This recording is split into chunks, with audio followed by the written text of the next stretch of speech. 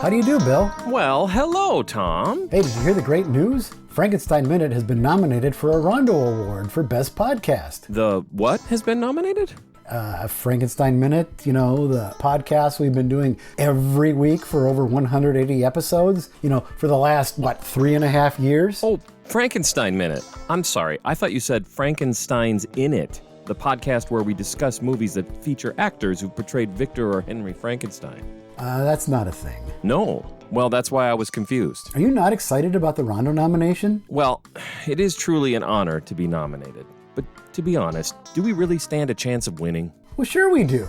Frankenstein Minute is more popular than ever. And if every one of our listeners sent an email to taraco@aol.com with the subject line 2022 Rondo Awards, and in the body of the email include their own name and their choice of Frankenstein Minute as the best podcast, well, I think we're a shoo-in this year. That's an oddly specific thing to say. You're recording this, aren't you? I record everything. Oh, Christ. You didn't record our conversation about the counterfeit vaccination cards, did you? Again, just send an email to taraco@aol.com with the subject line 2022 Rondo Awards, and in the body of the email, include your own name and your choice of Frankenstein Minute as the best podcast. That conversation was entirely speculative. I was neither advocating for nor indicating support for any type of illegal action whatsoever.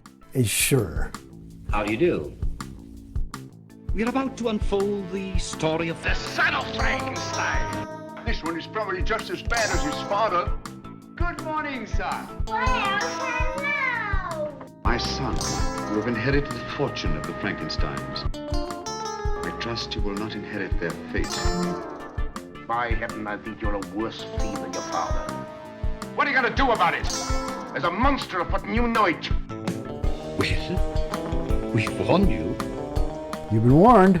Welcome back to Frankenstein Minute, the podcast that dissects the Universal Frankenstein film series minute by minute. I'm Tom Lang. And this man is not just my servant. He's my co-podcaster. We're doing a podcast called Frankenstein Minute. Done it for years. We've been doing it for years. And I'm Bill Evenson, and you've joined us for minute 38 of Universal's 1939 film, Son of Frankenstein, starring Edgar Norton and all kinds of other people. And in this minute, we're looking at the monster. Oh, this is the penultimate minute, too. It's 38 That's true. of 39. We're almost done. It's 38 of 39. Yeah. 2 weeks from now is... we started Ghost of Frankenstein. Oh, we're still doing that one? We're not doing Wolfman in 2 weeks? We'll see. This man is not just my servant. He's been with me for years, helping me with my experiments. Well, I kind of expect him to say, he's not just my servant, he's my best friend. You know what I mean? Yeah. Like, he's not just my servant. If he's just your servant, then why is he your servant? You know what I mean? Yeah, right. Like, what kind of job do you have where... I guess it does happen where you've got a job, and it's usually probably a woman that's asked to do this historically, where it's like you're actually running the place, but you also got to answer the phone. Yeah. That's what's happening to Benson there. Yeah, it seems like he could afford to have someone who answers the door and someone else who's actually helping him with his experiments. Yeah, whatever. Someone trained in He's that. obviously, I'll say this, I think it is critical to understand that Wolf is obviously very attached to Benson. They go back. He's worked for him for years. And that's an important relationship in Wolf's life. Yeah. And obviously I'm setting the stage here, much like Chekhov with his bell. Yes. Oh, that's... Oh, wait! Oh, wait! Oh, I didn't hear anything. It didn't happen. It didn't happen this week. Yeah, so later on it kind of is an odd you think? thing. Yeah. Well, we'll have to see what happens. I think he's very attached to Benson. Wait till next year and we'll find out. Next year, yes.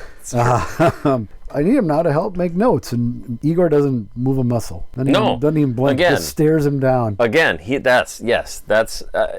so this is similar. It's the same shot as last week we were talking about. One might interpret this as Lugosi just being a bit stiff, not knowing exactly what to do. But I don't interpret it that way because I love this movie and I just think he's doing the stare down. I agree. I agree with that because I don't think it's him being. Is that in your face now? No. Okay. Actually, I can read these better now. I should go back and do the other. Let's go back and do it over. No, I think he's just staring him down. Yeah. And, he's a very intimidating figure, our Igor. Yeah. And in fact, my next note is, then Wolf is like, all right, fuck it, then I'm out of here. And he starts to walk out the door, and Igor puts his fucking fist on his chest and pushes him back. And it's a very powerful thing. And the other thing about it is, the way it's played to me is almost completely like you'd see in a movie from the 30s where a guy pushes another guy back. We all know he's not really doing it. Yeah. Except then Rathbone skips it a little bit. Like he maybe pushed a little harder than he was expecting. Yeah. And it's great. I love it. It really does play like I want to believe that Lugosi was like, or Lugosi if you will. Was in the role and he pushed on him like fuck you, and Rathbone's like, oh okay, I don't know. This shot in particular we've talked about it, Igor being a little more harsh than he is in some of the later ones, and when he says, but if he tells, it's far more gravelly and rough than any other thing he says in the film. Yeah, he does have that voice, but it's more. It's more. Absolutely. And then I have more on that. I think that's a great line reading, too, because it's not the way I would do it, which is not in any way helpful to any kind of analysis, but it's also probably not the way that most people would do it. The line is, but if he tells, like, there's an ellipses at the end. Yeah. And he doesn't play it like that at all. And I love that about it. Finite statement. Yeah. Everything Igor does is very simple. I'm telling you how this is right now. Yeah. But if he tells. I fucking love Igor. Full stop right there. Yeah. He takes his fist and slowly retracts it, and I fully expect him to do draw his finger across his neck, like Wednesday Addams. That would make sense. Yeah. But he doesn't need to. No, he doesn't need to. He doesn't need to. It's implied. So what? Yeah, it does. He's got a weirdness, as does our Lugosi, but he doesn't need to. All he has to do is, but if he tells, and then stop talking. Yeah. You get it, fucker. You know what I'm saying. You know what I'm saying. Then the subtitles do something here we go. interesting. Okay, I wrote that too. I just put it down this time because it says knocking, which is wrong. But it's not. It's the latch of the door. It's fucking dumb. The subtitler is great. We love a lot of the work the subtitler's done but in this film in particular, there's been some fuck ups, and this is a fuck up. Yeah, there's no knocking. No. Benson's not out there going, "Can you guys let me back in, please? You want me? Do you need me anymore?" I'm just gonna go back to the house then. And I'm gonna go check on Peter. It's the latch of the door. He opens the latch. Lugosi opens. I had to struggle to think of how to say it. Say it for real. Lugosi opens a door again. Another door opens. Yep, that's why I said it should be called but Stanley. I do like that. The subtitles kind of fuck up the whole thing to me because I like the fact that Benson's been waiting out there. He's just standing there. He's just standing there, and that's actually it's one of those things that I noticed before watching this minute by minute. Like I noticed it years ago. They don't rush through what they have to say. Meaning Wolf and Igor. Yeah. They have this conversation, and then he opens the door, and Benson's just standing there. Yeah. Because that's who Benson is. Yeah. He's a good guy, and I hope nothing happens. Oh no, he has to survive to the end because he's a likable character. That's right. He's us in a way. Yes. So Igor lets him in, and he's every man. Igor lets him in. How long would he have waited? Yeah, it's like 3 films later, he's still standing. He's holding his little. Is he holding something? He's holding notebooks, I think. That's right. He's got his notes. It's Wolf that's holding the box. Yeah, Wolf has the box. So, hey, sorry, I didn't even think about this until now. That box is presumably the box that was delivered to him at the train station. Yep. Lawrence Grant made sure that got to him. Does he? I don't see the little box, so maybe he didn't lock it back up because the little box, had the key for the big box. That's the way they should have said that. By the way, the little box has a key to the big box. Key. All right, well, let's go. All right. Came to meet you, not to greet you. Bye. Came to meet you, not to greet you. All right. Don't let the We're going to have to go back and redo this whole film. Clearly, we have a lot of things to say. Then so come on, Benson. And Benson doesn't... Nonplussed. Yep, doesn't bat an eye. Yeah, doesn't bat an eye. No, he's like, yeah, okay, business as usual. I like that about Benson, too, because... Stoic. Yes. Stoic. I guess that covers it. But I was going to say, in particular, not intimidated by Igor. By Igor, despite the fact that I gotta say it again, that push that Lugosi puts on him is fantastic and it's perfectly executed. We have another lap dissolve, not from anybody's lap this time. That's too bad. That's unfortunate. Disappointing. You never want to see that. No, but it is a nice close-up. Like a misuse of the lap dissolve. It is, totally. It's a nice close-up of Karloff, though, that we dissolve to. Mm-hmm. And a scene... What do they call the different... There's medium close-up, and then there's close-up, and then there's... I don't know if it's extreme close-up. I think it might be. If it's the one I'm thinking of, to the eye. Yeah. Yeah. I mean, it's close on his face. Yeah. So it's not the close-up of his eye yet. Right. But it's still, it's just his face. Just his face. I don't know where anyway, these lines are drawn. I don't know either. I don't know anything about movies. I'm a fucking podcaster. I just make it up. Assume people will believe what I say. Mm-hmm. If those are Rathbone's hands with those tools poking around Karloff's eye, Karloff's a very brave man, because I would not let anybody but an actual eye doctor do that to me. I wouldn't barely let an eye doctor do it either, but... Yeah, it is fucked up. It's almost disturbing. I know as a kid it bothered me. It's hard to watch. It's not un chien andalou. Not quite. But it's the next thing down. Whatever's below that. Below that, yeah. Do you want to explain the reference? For I those don't. I think Louis Buñuel and Salvador Dali made a absolutely 23-minute film, 38-minute film, in 1920. It's somewhere in there, yeah. Somewhere in there, 26. Who knows? The famous shot where. But the most famous shot, there's a beautiful woman seated in a chair, and a guy walks up from behind her, holds her eye open, and holds up a razor. It's really, really well executed. You look at it and you think, this is really so. To me, this is a very striking shot. I'm sorry, you've asked me to talk about it, so now I'm going to. But it's so striking because it's so early in the history of cinema, and you have something that is so effective, it's so effectively done, and nobody even needs to be told how it's done. It's not even particularly complicated. No. But just through editing, a guy walks up from behind this woman and takes a straight razor like he's going to cut her eye. You cut to a close-up of a fake eye. No, it's not. It's a cow. It was a dead cow. Okay. Yeah. Well, but not her. Not her. Is what I mean. But then they cut the eye open. And they cut the eye open, and it's really brutal. It's tough to watch to this day. And I'm assuming the cow was dead. Oh, God. But Jesus Christ. It has occurred to me over time once in a while that, what if it wasn't? No, it had to be. It had to be. Otherwise you're risking too much to fuck up your film. Right. Film cost a lot back then. Yeah.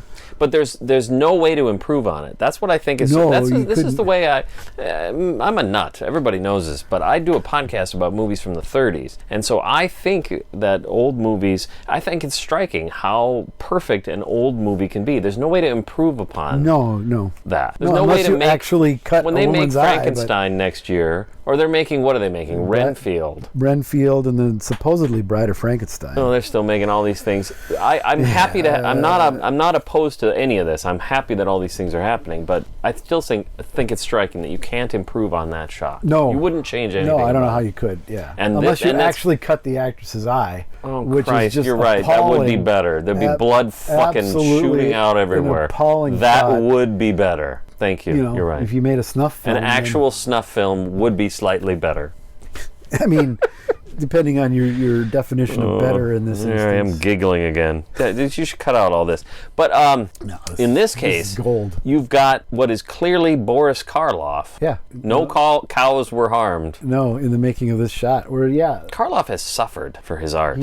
He was a trooper, that's for sure. He's a trooper, yeah. We did the episodes on the Mexican films. Yeah. He was in a wheelchair on oxygen at the time, literally living on half a lung. And if people don't know, these are Patreon exclusive bonus episodes you can get where we talk about. We have lots of Karloff stuff we talk about in our bonus episodes. God, our bonus episodes are great. They are. If you're listening to the crappy regular episodes, it's worth it to become.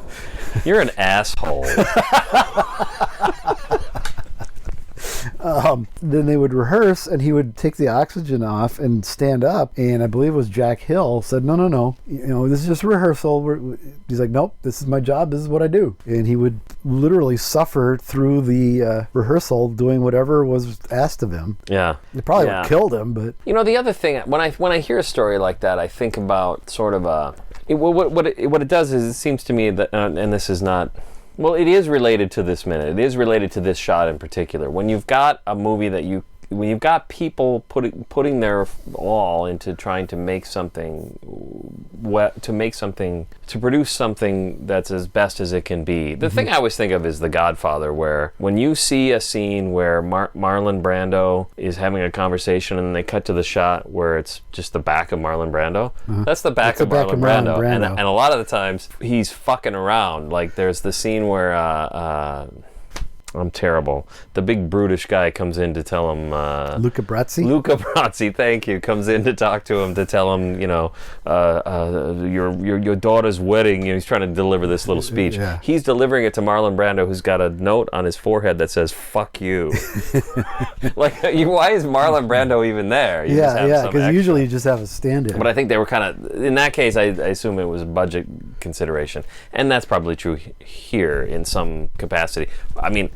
Again, like you said, is it Rathbone's hands? We should explain what is actually happening in this shot. You should explain what's happening. You're the ophthalmologist. Yeah, that's right.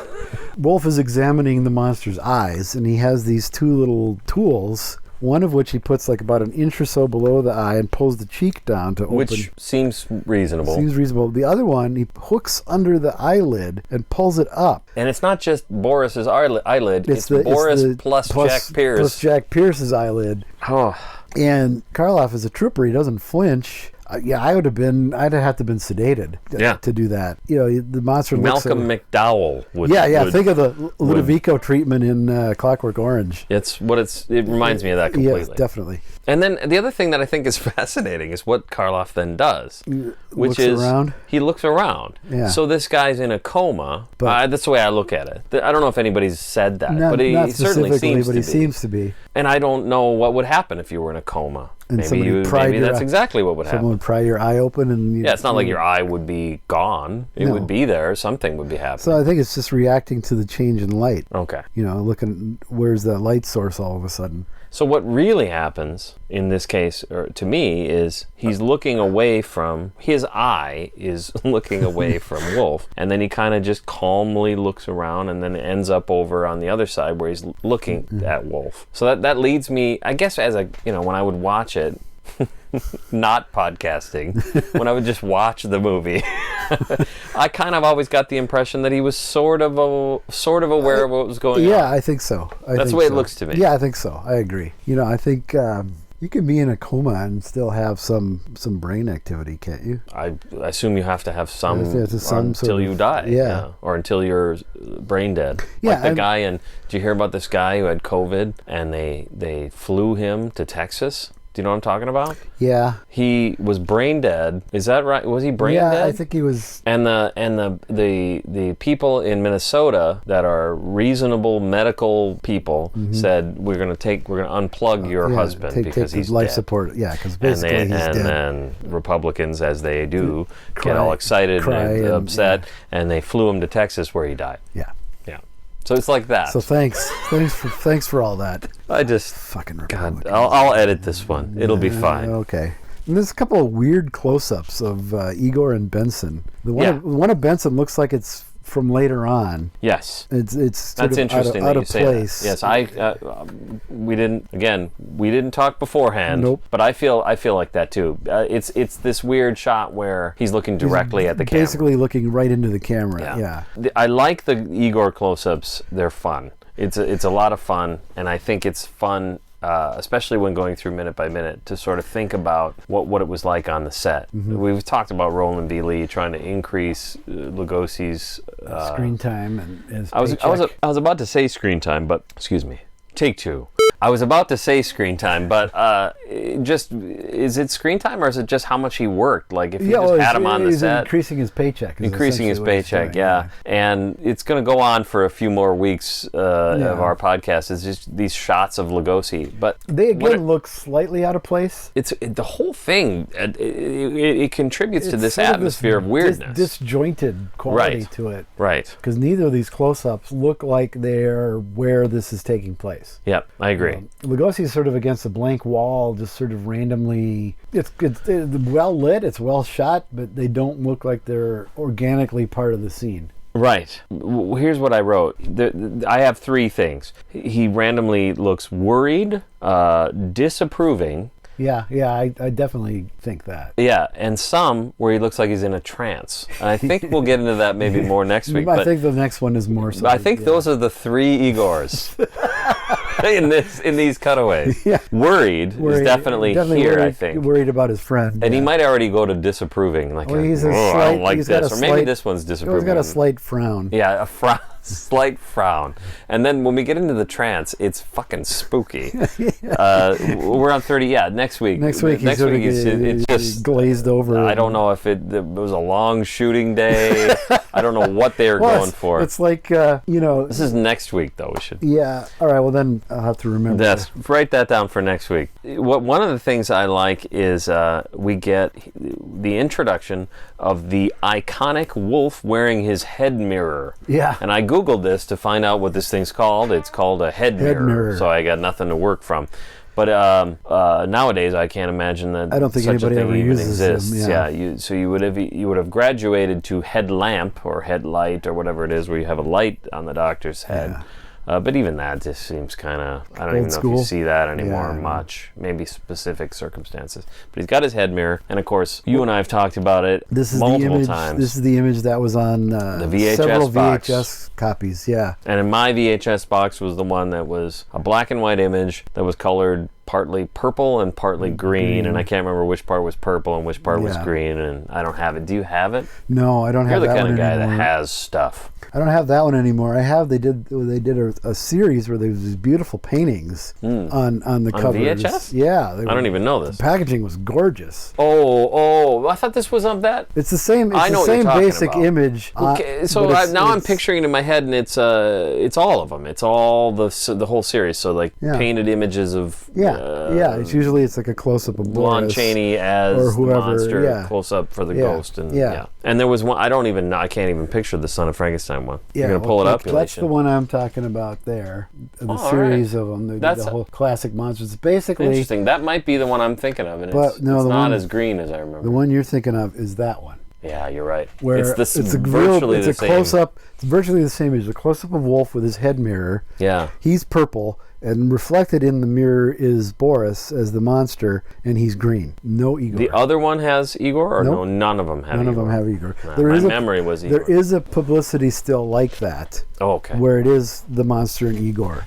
Okay. But it's not on the cover of anything. Okay. I love the idea that that's what is continually chosen. And now they don't choose at all, right? No, now they don't release Son of Frankenstein. No, it's It's a movie 3 and a fucking freebie. It's a bonus. It's a bonus film. Yeah, I mean there is not a commentary, and if you're listening, Universal Home Video, which I assume they are, we should be doing the commentary. I think we could do a great commentary where Tom trashes the film and I just shake my head silently.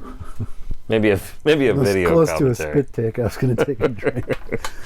But it is iconic to see Wolf in the head mirror. I assume people understand what we're talking about. The guy's got a little disc. Yeah, it's a 3 inches wide. You see it on it's on everything. Slapstick shorts and cartoons and things mainly. I suppose that's true. Someone who's a doctor, they have this on their head. It's a little. So they have a mirror on their head, presumably to get some ambient light within the doctor's office, reflected into your mouth or wherever he's looking. Yeah. Yeah. So he's wearing that, and it contributes to this overall. Image of Wolf and what he's. He's got the smock on now, and he's got those heavy rubber gloves that old movies have. The doctors wear. I assume it's latex, but it's. I didn't know when to introduce this thought. But yes, he's sort of the. I don't know if I should talk about it this week or next week. We'll talk about it next week. Yeah, he's doing a.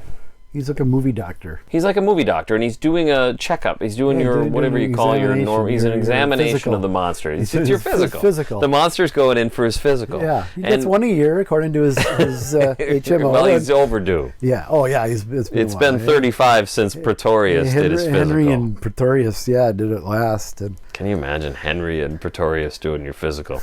Well, for that matter, Wolf. He's like, oh my God, look at you. Your cock is enormous. We'll get there. If we're going to cut anything out. That has to stay. That's at least what my doctor says every year. Is that right? Look at this. Oh, my God. Look at the size of that thing. Look at the size of that thing. Oh, thanks for the plug, so to speak. I really should get a copy of that. Yeah, well, we'll work on that. Actually, you're going to wish you hadn't said that. Okay. Iris contracted. It's not, though, really. I don't see any evidence. It looks normal to me. That's a good point. But also, is he saying... There's a lot of this, and skip ahead. Don't listen for 2 weeks if you don't want to hear us talk about this, because there's a lot of this shit. This is the first thing. Well, don't say stupid. Well, okay, go ahead and say stupid. That'll be your position. Kind of dumb. Iris contracted. Is it generally contracted, or is he saying, "Oh, look at that"? The iris contracted in reaction to the light. To the light, maybe. I don't know. You could read it either way. I guess you could. I really never thought of it that way. I just assume Wolf knows what he's talking about. That's your first mistake. Does everybody know what an iris contracting means? I would hope our so. listeners are probably... They're astute enough to know. Our youngest listener just turned 40 the other day. He's just 40 now. He's now no longer in his 30s. Wow. Welcome to, Welcome to, exactly. AARP is going to start getting a hold of them pretty quick. Soon enough. Mark, I guess, though, my kids apparently listen just to fuck with me. Marked scleractasia. Yeah, marked. Marked. It's marked. It's marked. So when he says marked, I read that to mean significant. Pronounced. I like that. Yeah. Yes. Which is marked scleractasia. Do you know what it is? What I think it is bulging sclera, which is a particular part of the eye. It's the white of the eye. Okay. So he's saying basically, and I could be wrong on this, but I think what he's saying is he has bulging eyes. Yeah, it's bulging or thinning of the sclera. I wouldn't have said that about the monster. When I look at him, his eye looks just fine to me. Looks fine to me. I mean, I guess when you look at Boris Karloff, generally he has that sort of big. He's got big eyes. He's got marked, sort of soulful eyes. Soulful eyes, one might say. Yeah. Get this down, Benson. Soulful eyes. Amongst the very numerous things you could say about the guy, bulging eyes doesn't seem to be one of the most scleractasia does not seem one of them. Like, this is where he starts. Iris contracted, marked scleractasia. And I think it's just a case of green skin. Maybe would have been one of one of the first. Look at this guy. He's fucking green. Up. He's chartreuse. What the hell? Maybe this week I should bring this up. Never mind. I'll be right back. Okay. Go ahead. Well, I think it's just random medical sounding things to give it a sort of a verisimilitude that it doesn't have. I would have agreed with you before we did this podcast, where I actually looked up what all these things were. I didn't know what a lot of them were. Yeah. And it seems like at least mostly, generally, there's a couple that seems to sort of fit. Yeah. Yeah. This one I take issue. It gets worse. Yeah, it gets way worse. There's wait till he looks at the blood. Yeah. Next week it gets weird. Or is that whatever? Coming up. And apparently you can tell by looking at his eye that there's mental abnormality. Yeah. Absolutely makes no sense whatsoever. Yeah, this is if anything is stupid, that line is stupid. I think it's generally been accepted by people of our, say, socio-political persuasion that mental illness is something that we, as a species, have just done a really piss poor job of handling. History. And it continues. I think to this day. And I think in 100 years, people will look back at all of this and have a better perspective than I have now. Yeah. But looking at a guy and just saying mental abnormality, I don't even really understand what we're supposed to get out of that. I think, like you said, it works best if you're just assuming saying random shit. Just random stuff to sound like a doctor. But in this case, it's pretty important because we've talked about it a lot on this podcast, and I bring it up all the time. this mental abnormality thing, which apparently is because Dwight Fry dropped a jar 3 years ago. Yeah. But it's definitely a thing. We guess. can't. Once again, we can't pretend it's not a thing. No, but how do you get that from looking at a guy's eyeball? That's so maybe my question. that's the... Well, this contributes to my thought on this, which is again, I've said it too many times in this podcast, so I'm sorry. Tom, cut here. The the mental abnormality aspect of the monster and what it introduces into the narrative is a good thing because it's just one more strike against him. It's the same as him being gay or him being black. I know or you whatever say it is. that, but I don't think that is even necessary to do. No, it's not necessary, but it's think a thing more that James strike Whale would against do. him- And James I have Whale- to say that because again I'm like already countering your next argument, Alright, which is fine. it wasn't James Whale that introduced it, and I'm saying I could see James Whale looking at that and going, no, this is actually a good thing because we want the monster to have one more strike against him. I don't know. It happens here too. Roland V. Lee saw the wisdom of who was it that introduced it? Robert Florey. Robert Florey. Yeah, Yep. and I think The I think legacy of Robert Florey continues. most of us correct thinking people think that it was a dumb idea. Well, I that think all right thinking people are wrong. Is that Good what old he Monty said? Python, yeah. It's off of the Matching Tie-In Handkerchief album. Yep. Thank you. Did you have all right thinking people are wrong? Did you have the LP of that? No, but we frequently had it because my mom was a librarian, so I Okay. would check it out from the library relentlessly. So did you have the one that had the Of course, there isn't. double-tracked- I don't think there was. Yeah, a there vinyl was. that- There was a one that they reissued later? it where it was both tracks on one side. Oh, well, yeah, no. No, okay. but it was originally Terry Jones had it double tracked. So Yeah. depending on which groove the needle went into, side B would be two different things. Right. It's a fascinating thing to do to your audience. Yeah. And so what I experienced as a kid was. So you'd put people don't even know. Well, no, our listeners. Our listeners, because they're all Jeff doesn't know. geriatric. You would actually literally often anyway. Actually, our record player would do it automatically. Yeah. But the needle would fall where it did on the record, where it should do, and then it would play the record. Go into the But record. Randomly, you could hit that other groove, and then you'd have a completely separate second side. Do you remember which side you would get more often? Because I do. No, not off the top of my head. What I do remember is what was on the one we didn't get. Okay. It's the one where he goes into the record shop and listens to a bunch of records. Yeah. And Neil Innes produces some of, in my opinion, Some his best work. Great songs. It's amazing, great Yeah, songs. yeah. Well, That stuff. they're talking about medieval agrarian history. That's right. and it's Michael Palin or Graham Chapman or I think somebody. it's Graham Chapman. Chapman is interviewing Palin. No, he goes into the record. He's interviewing him. Yeah, And I believe you're going to do that for us now. That's right. right. And then Yeah, it it goes turns into into this big epic. guy going in, and that's another thing that's and then funny. he because goes. Yeah, then Idol goes into a. the concept. Yeah, I think it is. I think Idol goes into a and then record it's store to Chapman buy that it. works there. I think. Yeah. But what's great about it is it's this concept of going into a record store and listening to a record. They had listening rooms, Yeah, and you'd say, "Please put this on," Yep. and I'll go. That's before my time. Yeah, I never experienced I don't that. think I'd And ever it might have seen been more so in bigger cities, and by the early 70s, it was probably on its way out. And you can picture a guy just sitting in a listening booth with the big headphones big and the big giant- curly, yeah. and he plays these amazing songs, Yeah. and they're in all different styles. Yeah, and I there's could a- sing one of them to you now, probably. I could probably, if I had to pull them all up. Yeah. And the village rolls. Yeah. I was Anyways, I love that last one. Plow team wants an oxen. And oxen is lent, and the Villians and the plowmen have to get the Lord. The Villians and the plowmen and it got just to goes have the into Lord's this epic consent. finale. It's And just the fantastic. plowmen got to It's just fantastic. And if you buy the book, which I assume you have, The music. the book of the music, it Yeah. says something about the Beatles in it, like it's in the style of Hey Jude or Yeah, something like. yeah, It's yeah. totally Hey Jude. But There's three different styles that they do. And- anyways, that was the one that I wouldn't get. Oh, really? Because I think I got that one more than the other one. Than the other one. I assume that who knows? It's probably And just my all friend luck. then bought it later, a few years later, and his was just banded normally. So you'd get both. You get both, and I forget which one came first. I think That's really too bad. Yeah, they stopped doing it after a while, apparently, because the one I have is the double banded, and his was just normal. Like, He was Monty really- Python's second album was called Another Monty Python record, and then the there cover is a cover of was from a Beethoven. like a Beethoven, And it's like crayoned and out. everything is just scribbled out, and it just says the Monty Python in. Like all the covers of the Monty Python records, well, not all, but that one, and then the other one, of course, is Contractual Obligation. Well, then it was where it just looks like a sleeve of a record. Yeah. And it actually It's says like handwritten. Can Terry Gilliam Can do Terry it? Gilliam do an artwork? Not really worth it. Yeah.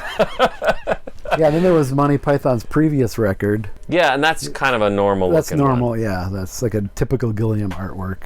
They're all good. Matching tie and handkerchief. What The I love sleeve, is if you pulled it out, it would look like a box. I don't remember with a tie Yeah, and I remember handkerchief. the cover. And it was a die cut where the sleeve had the tie and handkerchief on it. Oh, I see. And there was a So it drawing would pull of, out. Yeah, a drawing like a guy hung wearing this or something. Oh, I don't remember that at Yeah. all. Probably because I got it from the library, and they would always Just stick it put in them in those another plastic sleeve, the sleeves, plastic yeah. sleeve. The one that holds up surprisingly well to this day that you might not expect is the Holy Grail one.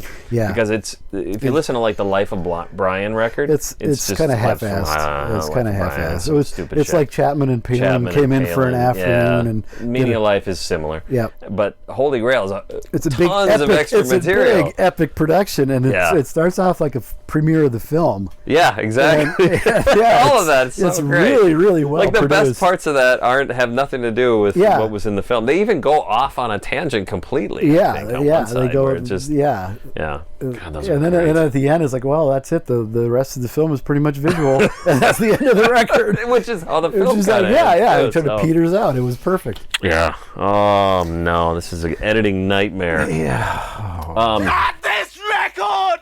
Not this record! Not this record! So the iris contracted, the sclerotasia, the mental abnormality. Yeah, I think we're good. I think we're good. Yeah, Benson sort of dutifully scribbles down all this nonsense that Wolf spews at him. Yeah, does he say, get your notes, Benson? Yeah, he does in this minute. He says, get your notes, Benson. That's a big thing he says to Benson in this minute. Because you don't want to miss the mental abnormality. Yeah, mental abnormality. Scribble that down, Benson. I think we've got the title of the episode right there. Mental abnormality. Yeah, probably. Monty Python's mental abnormality record. Yeah. This podcast, depending on where your needle falls, you get a different version. Oh, that'd be something. But there's no way to do that. Not anymore. I Can't mean, do well, that. the LPs are It could back. be random that they could do it. Well, that's true. LPs are That's back, true. That's so- true. Follow us on Patreon. We'll send you each episode on vinyl. Yeah, and depending on where your needle falls, you'll get. Could we do this on vinyl? There's probably a way to do that. Probably, It yeah, cost us sure. astronomical amounts of money. So you'd have to join at the God level. Astronomical level. Yeah, it was $30,000 a month. You get a LP, Individual LP hand pressed, and a separate episode that you may or may or not get. ever hear. But you have to go every 2 weeks, right? Because it's two sides to the record. No, that's true. So we'd have to record. So every 2 weeks you have get to do 4 episodes. 4 episodes, 2 of which you may never hear. I like 30,000. I think we can do Yeah, I this. think we can do that. We can do it at that level. Oh yeah, I think it's sustainable at that level. I'm gonna introduce this. It's already. Go and look. Get it's it already online. There. It's already there. Right. Okay. Well, that's about it, really. The film ends mainly visually.